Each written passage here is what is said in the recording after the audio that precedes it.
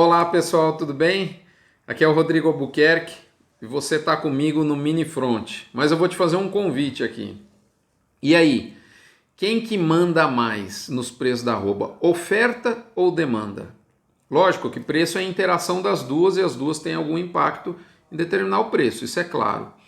Mas quem que é realmente o fator preponderante? Oferta ou demanda? É sobre isso que eu trato para os assinantes e faço aqui um convite para que você se torne um assinante e que possa, por R$ 12,50 mais ou menos por mês, você recebe informações quase que numa base diária sobre o mercado do boi, físico, futuro, ferramentas de proteção, tendências, gestão, comercialização, gestão produtiva, gestão financeira, pastagem, suplementação, sanidade, uma série de assuntos relacionados ao aspecto produtivo e comercial da pecuária. E é isso que a gente oferece no front tradicional, mas agora no mini front eu entrego de maneira aberta para toda a comunidade aqui do front o curto prazo, os próximos passos da arroba. E o que eu posso dizer é o seguinte: o bovino continua entregando mais.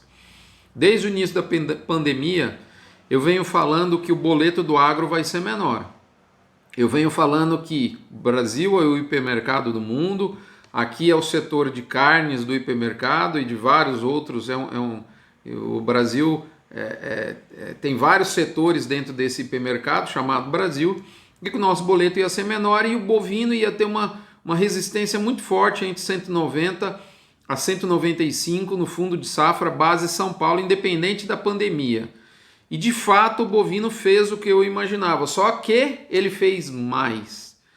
Ele, além de respeitar esse suporte que era visto como muito forte, ele de fato respeitou, mas ele entregou mais. Ele começou em estabilidade e depois mudou agora de maneira surpreendente um cenário de aquecimento que eu sinceramente imaginava do meio para o fim de junho, principalmente julho. Ele já na virada de maio para junho ele já mostra a cara.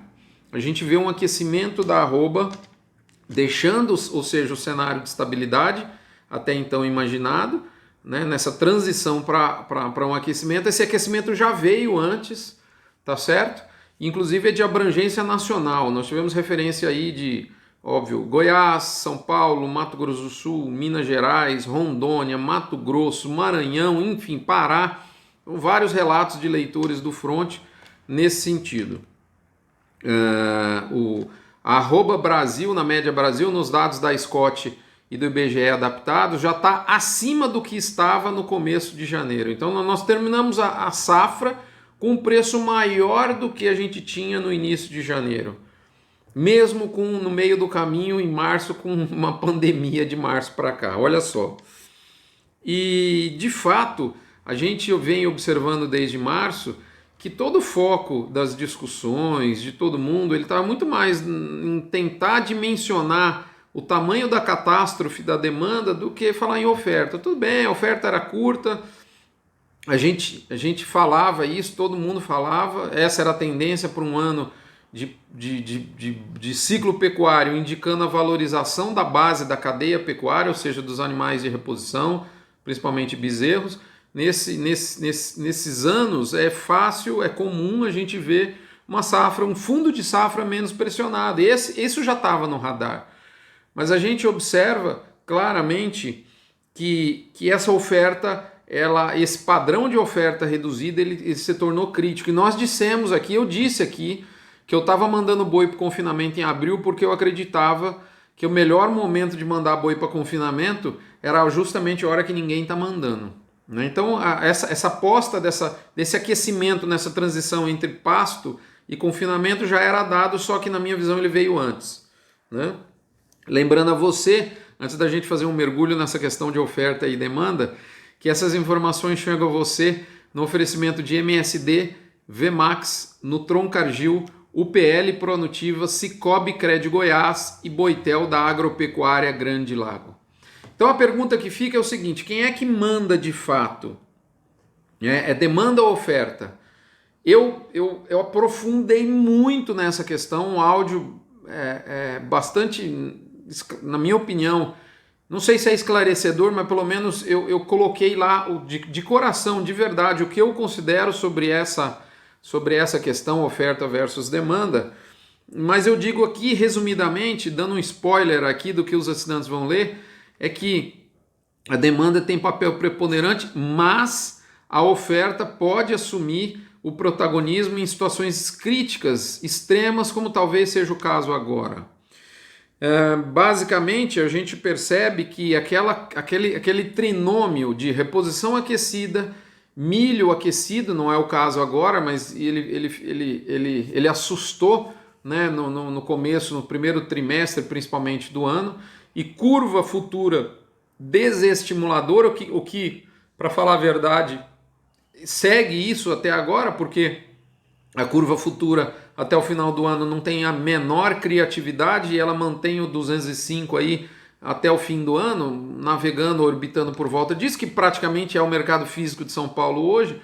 Então esse fator ainda continua, mas esse trinômio de fato levou, está cobrando a conta agora e a gente vê uma oferta bastante reduzida de boiada gorda nesse momento sendo disponibilizada para a indústria.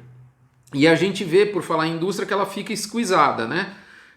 Principalmente a indústria de mercado interno, porque ela tem uma pressão de compra. O pecuarista elegeu em São Paulo o 205 a 210 e nas praças, dependendo da praça pecuária do Brasil, entre o 190 e o 200. E como é que essa indústria está esquisada, né? Está apertada ali entre essa posição de compra firme, né, de oferta restrita, e a posição de venda no mercado interno, que não é surpresa para ninguém a gente falar que tem desafio no mercado interno. Estamos vivendo aí a virada de mês, uma flexibilização, uma melhora, mas tem desafio, isso aí é fato. A indústria exportadora ainda tem uma válvula de escape. Mas o dólar baixou de 6 para 5, na metade do tempo em que ele subiu de 5 para 6 e o preço está menor, o que está tendo os novos contratos estão vindo em valores menores, gente noticiando renegociação. Cara, já foi bem, já foi melhor o mercado externo, eu concordo.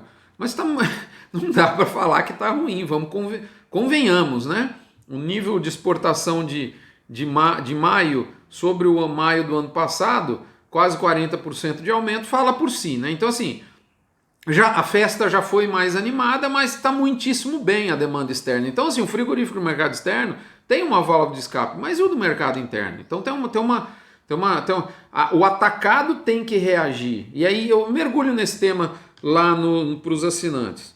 A grande questão aqui dos próximos passos da arroba são dois. Primeiro, qual o nível de intensidade dessa oferta reduzida? Porque se a oferta for reduzida ao ponto crítico de não adiantar subir preço, que não aparece boi, isso é igual o carrapato, ele não pode matar o hospedeiro. Então a oferta, é bacana a oferta ser reduzida, mas ela tem que continuar nutrindo a esperança do comprador de gado no fato de, em aumentando o preço, pelo menos aliviar alguma coisa à escala.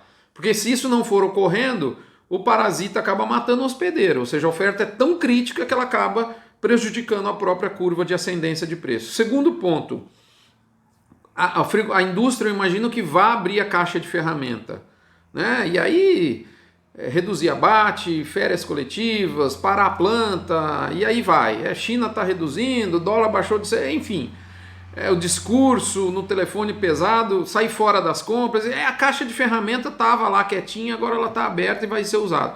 Qual vai ser o impacto dessa caixa de ferramenta, dessas ferramentas, né, trabalhando? É isso que a gente vai precisar ver nas próximas semanas.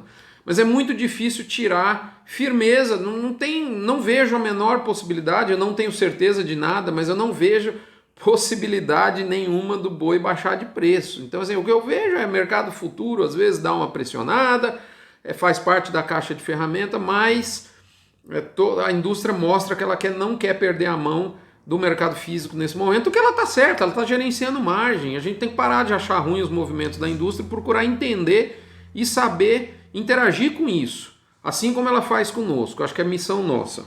Gente, é isso.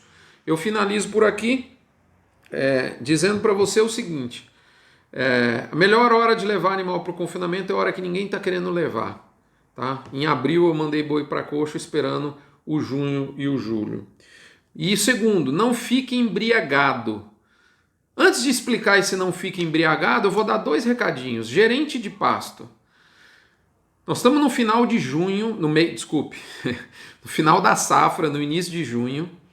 Você tem o planejamento seu para o próximo ano? Físico, de gado na fazenda e financeiro? Todo o planejamento financeiro ele decorre do estoque que você pode ter na fazenda de recria e engorda, ou na fazenda de cria, ou na fazenda de ciclo completo. Você tem essa programação forrageira, essa é a base de qualquer planejamento pecuário, zootécnico e financeiro. Converse com o gerente de pasto como fazer um planejamento forrageiro. Segundo ponto, Asbram.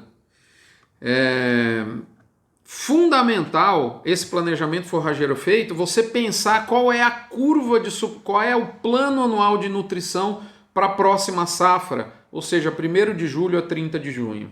Então você precisa de novo desse binômio planejamento forrageiro e planejamento anual de nutrição para você poder orçar todo o seu ano, toda a sua safra 2021. Você tem alguns dias para fazer isso porque dia 1º de julho está aí. Gente, por fim, não fique embriagado. Lembre que no momento de aquecimento de preço, as proteções, as ferramentas ficam mais acessíveis. É isso, um abraço, fiquem com Deus, até a próxima semana. Obrigado!